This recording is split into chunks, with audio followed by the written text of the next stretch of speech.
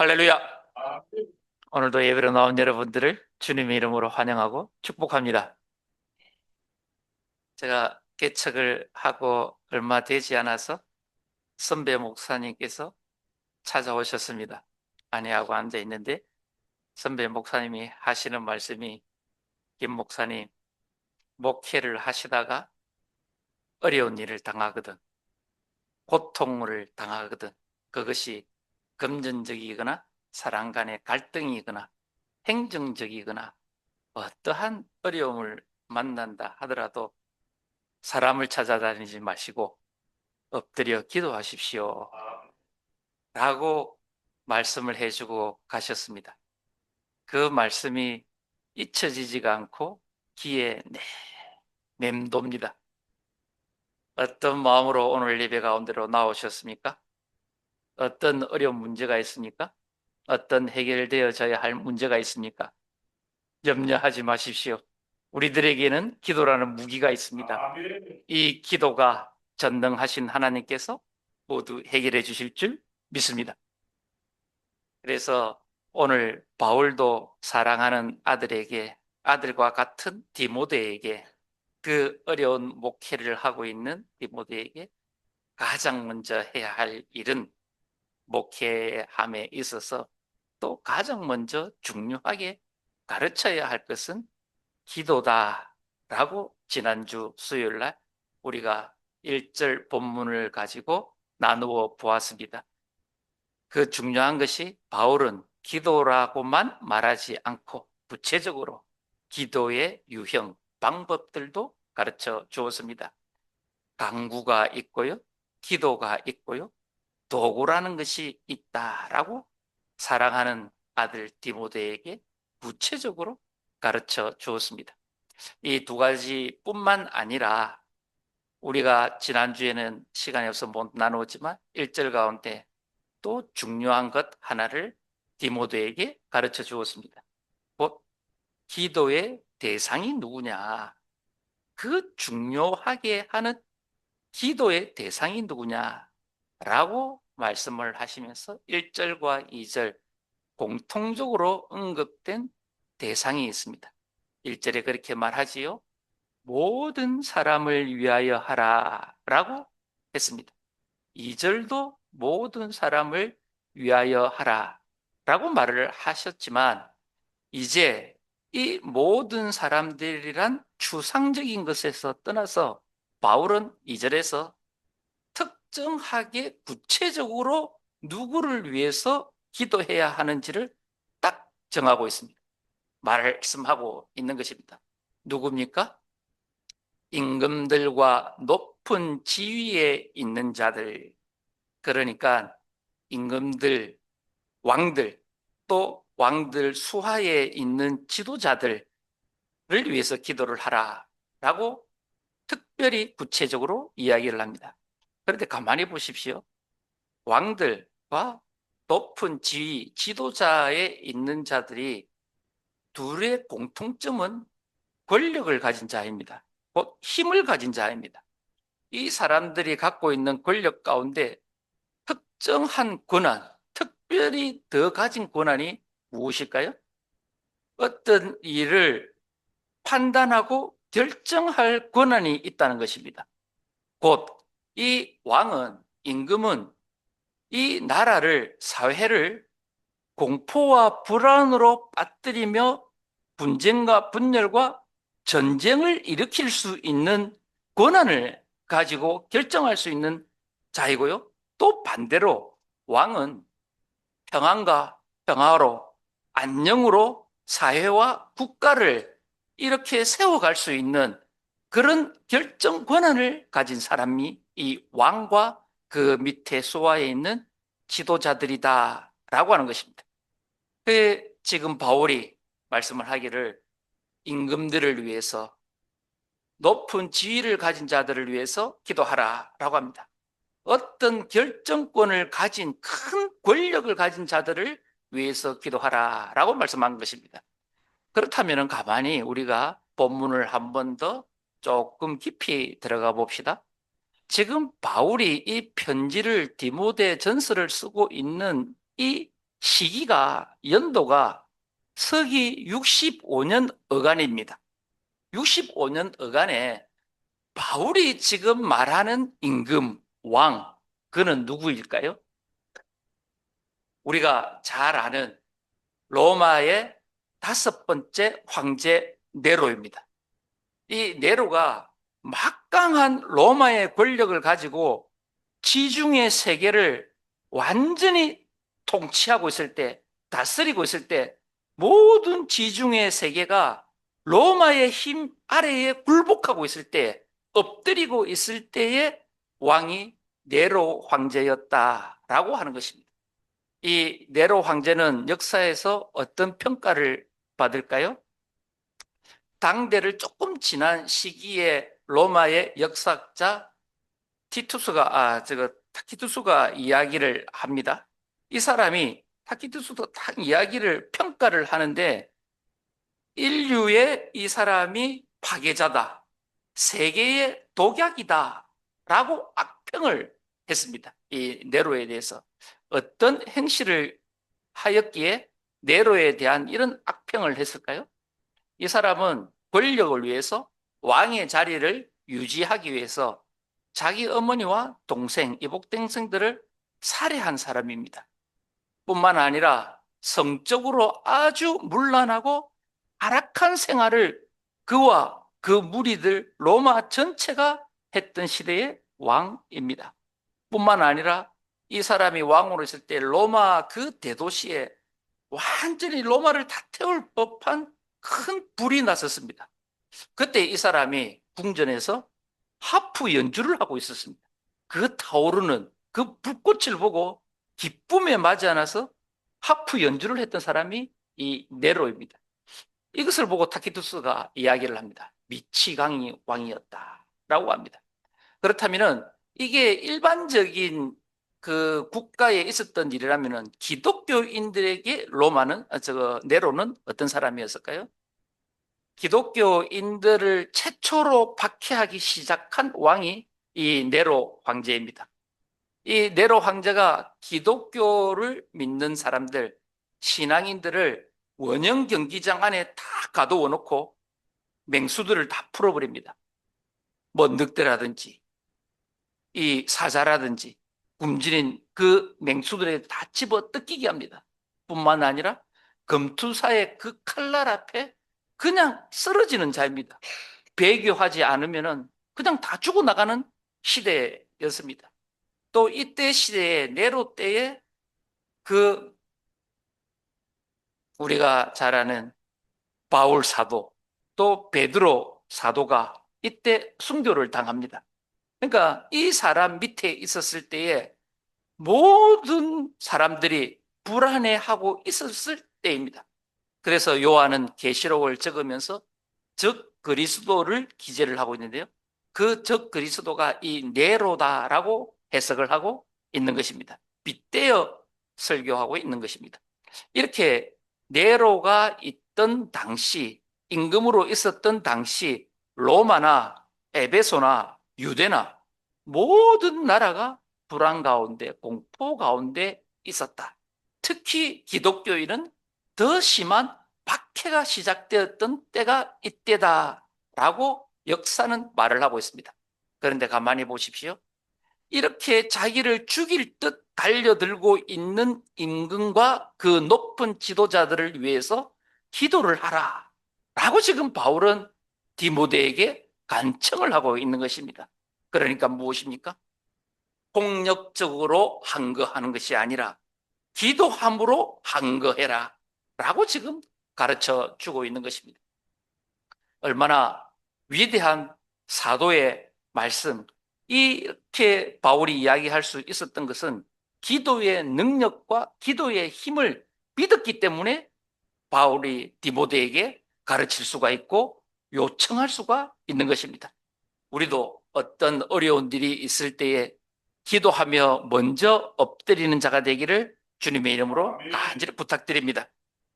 그렇다면 이렇게 왕들을 위해서 기도하는 이유가 있지 않겠습니까? 목적이 있어야 되지 않겠습니까? 기도의 목적. 그것을 2절에 이제 이어서 이야기를 합니다. 무엇이라고 합니까? 중반절에 우리가 모든 경건과 단정함으로 고요하고 평안한 생활을 하려 함이라. 아멘. 지도자가 임금이 바로 서야지 성도가 어떻게 된다고요? 경건과 단정함 그리고 고요하고 평안한 생활을 할 수 있다라고 하는 것입니다. 감안해 보십시오. 어거스틴은 이런 이야기를 자기 자서전과 같은 고백록에서 이야기를 합니다. 악은, 죄는 무엇이냐, 어떻게 정의할 수가 있느냐. 그의 책에서 말을 하기를 하나님의 부재가 죄다. 하나님의 부재가 악이다라고 말씀을 하고 있습니다. 이 말을 곰곰이 새겨보면은 우리가 출애굽할 때에 하나님께서 10가지 재앙을 이집트에 퍼붓습니다. 그럼에도 불구하고 바로가 이 하나님의 그 말씀을 수용을 합니까? 안 합니다. 10번째 재앙이 퍼부음에도 불구하고 수용을 하지 않고 성경은 그 마음을 완악하다라고 합니다. 고집스럽다, 악하다라고 이야기를 합니다. 이 마음이 무엇일까요? 어떤 마음일까요? 이 왕의 이 완악한 마음. 이것은 다른 마음이 아니라 인간 본질의 마음입니다. 곧 하나님의 영이 떠나버린 인간이 이렇게 완악하다는 것입니다. 하나님의 영이 떠나버리면은 저와 여러분도 완악할 수밖에 없는 존재, 인간의 본질이 이렇다라고 말씀을 하고 있는 것입니다.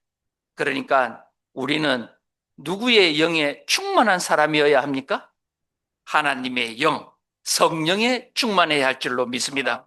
성령에 충만해야만이 우리가 선과 악을 분별하고 하나님의 길과 하나님의 길이 아닌 것을 분별하여서 그리스도의 옳은 길로 걸어갈 수 있을 줄 믿습니다. 이렇게 하나님의 부재에 대해서 이야기를 합니다. 그러니까 여기에서 말하는 경건과 단정함은 신앙을 잃어버리지 않고 신앙을 흔들리지 않고 그러니까 네로로부터 오는 그 박해를 당하고 있음에도 불구하고 배교하거나 하나님의 믿음을 저버리지 않고 경건한 모습으로 단정한 모습으로 흔들림 없이 외부에 어떤 영향이 있다 할지라도 꼿꼿하게 가고 또 꼿꼿하게 신앙을 지킬 수 있도록 지도자들을 위해서 왕을 위해서 기도하라라고 말씀을 하고 있는 것입니다. 그 다음에 이어지는 당부, 목적, 이유가 고요하고 평안한 생활을 하기 위해서다라고 하는 것입니다. 여러분, 우리가 광야에서 하나님을 만난다고 합니다. 그런데 여러분들 스스로가 광야를 찾아서 막 들어가고 싶은 마음이 있습니까? 물도 없고 길도 없고 음식도 없는 굶주림과 하는 목마름 가운데 있는 그 두려운 광야길로 스스로 내가 하나님을 만나야지 하고 들어갈 용기 있습니까? 없습니다. 우리는 평안한 가운데 고요함 가운데 신앙생활을 하기를 원합니다. 그 신앙생활을 하기 위해서 고요함을 찾기 위해서 평안을 찾기 위해서 안정된 생활 안에서 신앙생활을 하기 위해서 무슨 기도를 하랍니까? 누구를 위해 기도를 하랍니까? 임금과 지도자를 위해서 기도하라라고 하는 것입니다. 이것이 얼마나 중요하냐면요. 역사가 가르쳐 줍니다. 역사가 증거를 해주는데요. 11세기에 예수님의 이름으로 신의 이름으로 기독교가 전쟁을 일으킨 적이 있습니다. 여러분들이 우리가 너무나 잘 알고 있는 이 십자군 전쟁입니다. 십자군 전쟁이 장장 200년 동안 10번에 가까운 전쟁이 일어났습니다. 교황 우르바노 2세가 주도해서 일어난 전쟁인데요. 시작은 하나님을 위한 성전이었습니다. 이슬람에 포위되어져 있고 점령당한 예루살렘을 탈환하기 위한 전쟁입니다. 그러나 한 두 번을 제외하고는 전부 탐욕적인 전쟁이었습니다. 기독교 나라를 학살하고 약탈하고 죽여버리는 그런 기독교 안에의 전쟁이었습니다. 완전히 인간 이하의 전쟁이 일어났을 때입니다. 이럴 때에 온 유럽 땅이 전쟁의 광기에 휩쓸렸습니다. 아시아 지역에 이르기까지. 그렇다면 이런 전쟁에 휩쓸렸을 때 그 백성들이 생활이 평안하고 즐겁다, 안정되다, 고요하다 할 수 있겠습니까? 아닙니다. 정말 두렵고 공포스럽습니다. 언제 죽을 줄 모르는 그 죽음의 광기, 전쟁의 광기에 휩쓸려 불안 가운데 살아가는 것이 사람들, 특히 기독교인들이기 때문인 것입니다. 뿐만 아니라 11세기 한 번만 있은 것이 아니라 17세기에 또 가면은요, 유럽이 또 전쟁이 한번 크게 휩쓸립니다. 이 가톨릭 국가와 개신교 국가가 전쟁을 합니다. 이 새로 만들어지는 프로테스탄트 교회, 개신교가 기존 있던 이 가톨릭과 분리를 하면서 국가와 국가 간의 전쟁이 일어납니다. 이것이 30년 전쟁이다라고 전쟁을 이야기를 하는데요. 역사에서 말을 합니다. 전쟁사에서 가장 잔혹한 전쟁이 이 30년 전쟁이다라고 평가를 하고 기술을 합니다. 그만큼 종교적인 전쟁으로 시작된 것이 피비린내가 나는 용서함이 없는 전쟁이다라고 하는 것입니다. 이것이 누구 안에서 일어났다고요? 기독교 안에서. 십자가 아래서 이루어진 일이라는 것입니다. 그러니까 얼마나 슬픈 일입니까? 예수를 믿는다라고 하지만은 실상 인간이 걸어가는 길은, 지도자들이 선택하는 것들은, 임금이라는 이 자들이 선택하는 것은 독재와 전쟁, 불안과 공포일 수 있다라고 하는 것을 역사가 가르쳐주고 있는 것입니다. 그래서 바울은 이야기를 합니다.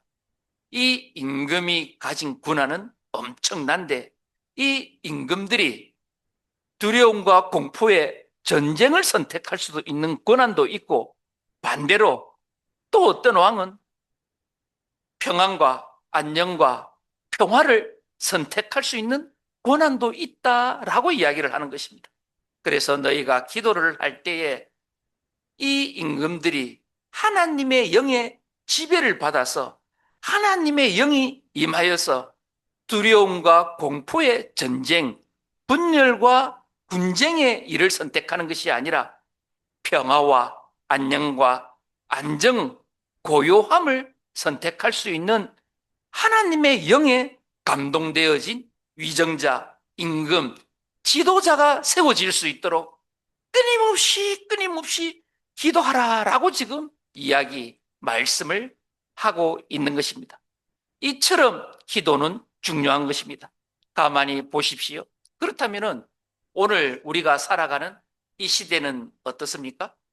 한 4년 전에 세계를 충격 속에 빠뜨린 이 러시아와 우크라이나의 전쟁이 시작되었습니다. 아직도 진행 중입니다. 중요한 것은 이 두 나라가 기독교 국가입니다. 러시아도 그렇고 우크라이나도 그렇고 정교회 소속 십자가 아래에 있는 교회들입니다. 피비린내 나는 전쟁을, 죽기 아니면 살기의 마음을 가지고 지금 아직도 전쟁을 하고 있습니다. 뿐만 아니라 한 2주 전부터 지금 완전히 세계를 큰 쇼크 가운데 빠뜨리고 있는 전쟁이 일어났습니다. 이스라엘과 미국이 한 팀이 되고 이란을 대적하여서 지금 전쟁을 일으키고 있습니다. 이 전쟁이, 중동 전쟁이 그 나라 그 지역만 한정되어서 영향을 끼치고 있는 것이 아니라 지구 반대편에 있는 지금 우리나라에도 영향을 끼치고 있다는 것입니다.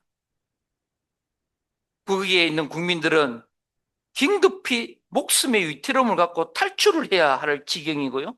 경제는 지금 엉망으로 지금 들어가고 있습니다. 모든 경제 지표가 거꾸로 내려가고 있습니다. 유가는 치솟고요. 석유 제품과 관련된 모든 생활 물가는 지금 고공행진을 앞두고 있습니다. 이렇게 이 전쟁이 직접적으로 우리들에게 영향을 미치고 있는 현 시대인 것입니다. 이래서 기독교인들이, 믿는 자들이 지도자를 위해서 기도해야 한다는 이유가 여기에 있는 것입니다. 전쟁을 선택하지 않고 어떻게 해서든 평화롭게 모든 문제를 순리대로 해결할 수 있도록 하나님의 영, 예수 그리스도의 평화의 영이 그 지도자 가운데 임할 수 있도록 기도하라라고 하는 것이 오늘 바울의 그 말씀이 2000년이 지난 지금 오늘 이 시대에도 정확하게 해당되고 있다라고 하는 것입니다. 가만히 보십시오. 이 이란이라는 나라가, 또 이스라엘이라는 나라가 성경에서 아주 생소한 나라가 아닙니다. 아주 많이 언급되고 있는 나라가 이 이스라엘과 이란입니다. 이스라엘이 바벨론에 완전히 패망을 하고 난 뒤에 포로로 잡혀간 이후에 이제 제국의 주인이 바뀌어서 바사가 주인으로 등극을 합니다. 바벨론을 무너뜨려 버리고요. 그때 등극한 왕이 고레스 왕입니다. 고레스 왕이 이제 칙령을 내려서 그 제국 안에 있던 모든 포로로 잡혀온 나라들에게 모두 해방을 선포해 버립니다. 각자 원하는 대로 각자의 나라로 다 돌아가라. 이제 돌아가서 마음껏 자유롭게 살아라 라고 합니다. 뿐만 아니라 이스라엘 백성에게는 너희들은 돌아가서 하나님의 성전을 멋들어지게 지어라. 그 짓는 것 가운데 필요한 물자는, 금전적인 지원은 내가 해주겠다 라고 한 왕이 고레스 왕입니다. 이 사람의 나라가 성경은 바사라고 기록을 하고 있습니다. 이 바사가 오늘날 이란입니다. 페르시아입니다. 이 고레스 후예로 또 내려오는 그때 당시에 있었던 한 사건이 우리가 잘 아는 에스더 사건입니다. 에스더가 어떻습니까? 하만이라는 아말렉 족속의 사람이 이 이스라엘 민족을, 유대인들을 완전히 말살시키기 위해서 계략을 꾸밉니다. 이제 등전 앞에, 촛불 앞에 등전인 것입니다. 곧 망할 수 있는, 모든 이스라엘 민족이 진멸당할 수 있는 위기 가운데 있었을 때에 이 에스더가 아하수에로 왕 앞에 가서 간청을 하기 위해서 내가 죽으면 죽으리라 라고 하는 마음으로 금식하여 기도함으로 그 왕 앞에 나갑니다. 아하수에로 왕 앞에 나갔을 때 그 기도의 힘으로 아하수에로 왕은 이 에스더를 물리치지 않고 오라 이야기를 하고 그 자초지청을 다 듣습니다. 듣고 난 이후에 어떻게 됩니까? 하만은 싹 다 멸절이 되고 이스라엘 백성들은 다시 회복하는 놀라운 역사적 사건을 가지고 있습니다. 그러니까 기도를 하였을 때, 임금을 위해 기도할 때, 지도자를 위해 기도할 때, 아니면 그 지도자가 하나님의 영에 감동되어져 있을 때에는 반드시 평화가 이루어진다라고 하는 것입니다. 하나님의 나라는, 하나님의 목적은, 하나님이 예수 그리스도를 이 땅 가운데 보내신 이유는 평화가 깃들게 하기 위해서인 줄로 믿습니다. 이 평화는 어떤 평화입니까? 하나님의 진노 가운데 있던 사람이 예수 그리스도로 말미암아 하나님과 화평한 관계가 되는 것입니다. 또 하나님과 화평한 관계를 누린 자는 사랑과 사랑과의 관계가 화평한 존재가 되는 것입니다. 수직적으로는 하나님과, 수평적으로는 사람과 사람이 화평을 누리는 것이 하나님의 예수 그리스도를 보내주신 목적인 줄 믿습니다. 오늘 여기 말씀 가운데 등장하는 임금과 높은 지위는 꼭 나라의 왕과 지도자뿐만 아니라 한 단체의 지도자, 한 단체의 장들, 어떤 조직을 이끌고 가는 사람들, 또 더 작은 단위로서는 한 가정의 가장, 이런 지도자들이 하나님의 영에 참으로 진실되게 감동되어져 있을 때에는 어떤 것을 선택한다고요? 평화를 선택한다. 안녕과 고요함을 선택하는 자가 된다라고 하는 것입니다. 그런데 안타깝게도 오늘날 우리가 살아가는 이 시대에는 수많은 단체의 장들이나 지도자들이 이 평화를 위해 기도하거나 평화를 위해 애쓰기보다는 지엽적인 것, 자기 편협적인 것, 이기적인 것, 배타적인 것, 이런 것들을 붙잡고 있음으로 말미암아 조직이 무너지고 사람이 떨어져 나가고 상처를 받고 낙심당하고 아파하고 괴로워하는 일들이 너무나 허다히 많다라고 하는 것입니다. 더 안타까운 사실이 무엇입니까? 믿는 자 안에서 이런 일이 일어난다는 것입니다. 기독교 공동체 안에서 이런 일이 빈번하게 발생되어지고 언론에 노출되고 있다라고 하는 것입니다. 얼마나 안타깝습니다. 하나님은 분명히 예수 그리스도를 이 땅 가운데 보내주시며 전도하라 하는 이유가 하나님과의 화평과 사랑과의 화평을 목적으로 보내주심에도 불구하고 그것을 믿고 따라 살아간다는 그 단체나 조직이 그 말씀에 순리대로 가기보다는 역행해서 일어나는 일들이 오늘 이 땅 가운데 너무나 많이 일어나고 있다는 사실이 우리를 안타깝게 하고 있는 것입니다. 그렇다면 오늘 이러한 시대에 이러한 상황에 우리가 할 수 있는 일, 해야 하는 일들은 무엇일까요? 오늘 바울이 이야기한 그대로입니다. 임금과 지도자를 위해서 기도하라. 임금과 지도자를 위해서 기도하라. 오늘 우리들의 속해 있는 그 단체의 지도자는 누구입니까? 그가 하나님의 영에 온전하게 감동되어질 수 있도록 기도하는 것입니다. 그가 하나님의 길 밖으로 벗어나지 아니하도록 온전히 기도하는 것입니다. 정말 충만한 하나님의 은혜 가운데 있을 때에 누가 평안합니까? 그 조직 안에 속해 있는 공동체 한 명 한 명이 평안해질 줄 믿습니다. 이래서 우리는 기독교 공동체의 지도자가 얼마나 중요한가를 뼈저리게 느끼는 것입니다. 오늘 정확하게 본문 가운데 말씀하시는 것이 너희가 기도할 때에 그 기도로 말미암아 경건과 단정함과 고요함과 평안한 생활을 하게 될 것이다 라고 바울은 분명하게 가르쳐주고 있는 것입니다.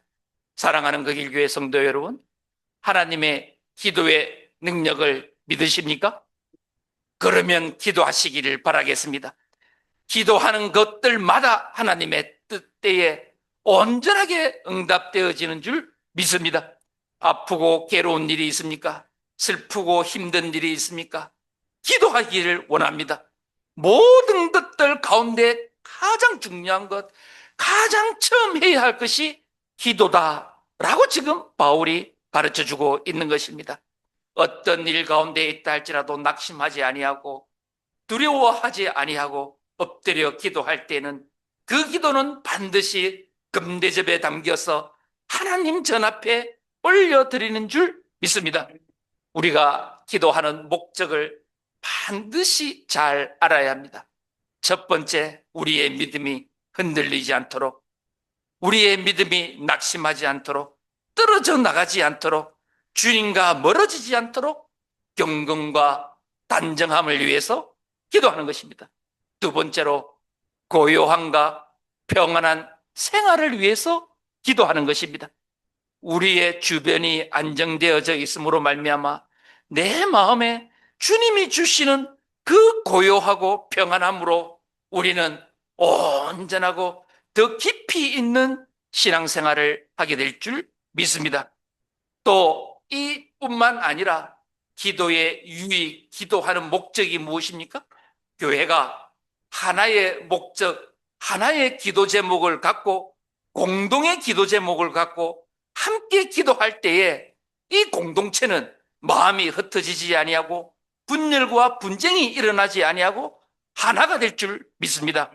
한 마음으로 예수 그리스도가 머리 되신 것과 교회가 예수 그리스도가 주인이라는 것을 반드시 깨달아서 한마음 한뜻으로 기도할 때에 그 공동체는 살아있고 사람이 세워지고 덕으로 한 영혼이 세워질 줄 믿습니다. 우리나라 경북 지방의 상주에 가면은 가톨릭에서 운영하는 봉쇄 수도원이라는 곳이 있습니다. 세계에서 11군데쯤 있는데요. 아시아에서는 우리나라 하나뿐입니다. 아주 산골에 있습니다. 제가 이 다큐멘터리를 한번 접한 적이 있는데요. 봉쇄 수도원입니다. 한 번 들어가면은 서원을 하고 한 번 들어가면은 나오지를 못합니다. 죽을 때까지 혼자서 침묵하며 기도만 합니다. 어쩌다 한 번씩 이 가족들과 면회가 허용될 뿐입니다. 들어가면은 오직 침묵입니다. 개인 방에서. 그리고 예배드리고 기도드리고 하는 것이 이 사람들의 일상이고 의무입니다. 그래서 한 수사와 인터뷰를 하는 것을 들었는데요. 무슨 기도를 하십니까?